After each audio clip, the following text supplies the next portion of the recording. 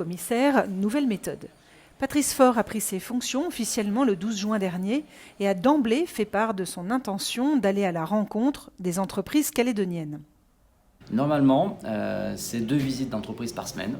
Voilà, donc une entreprise souvent artisanale ou agricole et une entreprise plutôt industrielle. De toute façon, ce que justement, je rencontre les chefs d'entreprise, surtout que j'écoute, je suis attentif à leurs besoins, leurs attentes, mais aussi à celles et ceux de leurs employés qui peuvent aussi avoir des attentes et aux représentants de l'État faire émerger quelques idées qui pourraient nous aider dans les réflexions à compter du 13 décembre.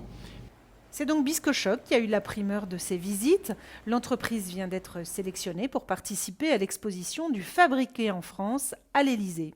Alors déjà, c'est une très grande fierté pour mes équipes d'avoir reçu le OCR. C'est la première visite d'entreprise que le haut-commissaire organise sur le territoire. Et puis oui, pour Paris, c'est évidemment pour nous un peu l'aboutissement de tous nos efforts, du travail de mes équipes. La visite a d'autant plus intéressé le OCR que l'ambition de Biscochoc va au-delà de la simple transformation de cacao.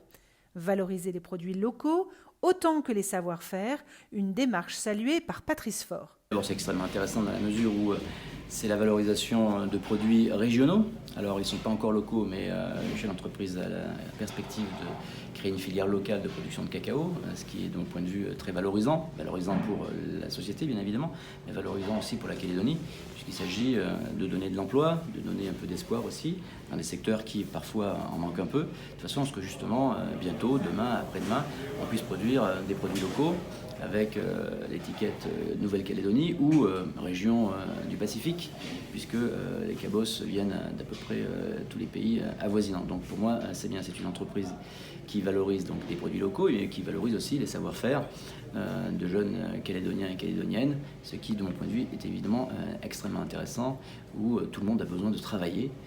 Et quand on voit que les comptes sociaux ici sont fragilisés, mais plus il y a d'emplois, plus il y a de gens qui cotisent, et moins le trou sera grand, et plus les déficits seront épuisés. On l'a vu à Paris, les acteurs du monde économique sont désormais partie prenante des décisions, et le haut-commissaire n'a pas manqué de rappeler toute l'importance de ces échanges.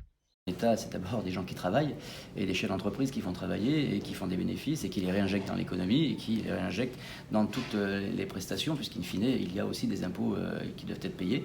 Et donc, pour qu'un système fonctionne, eh bien, il faut qu'il y ait l'économie, il faut qu'il y ait les entrepreneurs, il faut qu'il y ait des gens qui aient des idées. Et des idées, c'est à la fois de transformer des cabosses, mais aussi peut-être de planter des plants de cacao ou de café ou de vanille, etc., pour qu'il y ait des productions locales et qu'on crée de nouvelles entreprises et donc de nouveaux emplois.